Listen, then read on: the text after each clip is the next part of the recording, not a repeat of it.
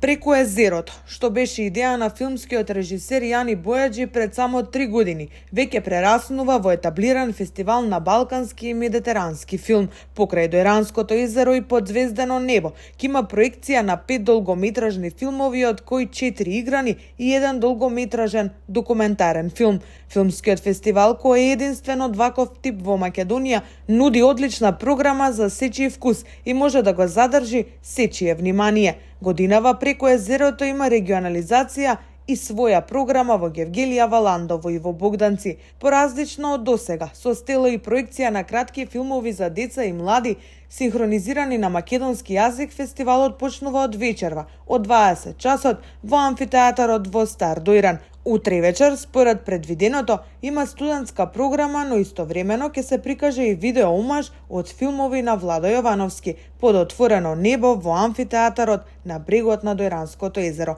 Во петок од 20 часот е закажано и официјалното отворање, кога и за прв пат од одржувањето на фестивалот ќе се додели специјална награда во филмската индустрија Мето Јовановски, а ќе има и проекција на последниот негов филм Руски конзол.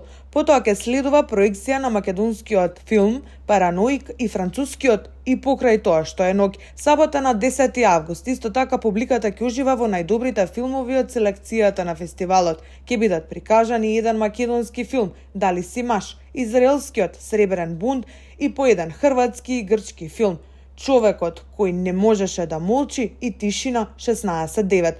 Проекција ќе има и на 2 филма од Франција, Волкот и мачката и Балада. Недела е и последната вечер, кога ќе биде прикажан филмот Звездана од соседна Србија, Хотел Пула од Хрватска, Подрум од Турција, португалскиот филм Лошо на момент и францускиот Заразени. На свеченото затворање на фестивалот ќе бидат доделени фестивалските награди како и грантовите за дипломски студентски филмови.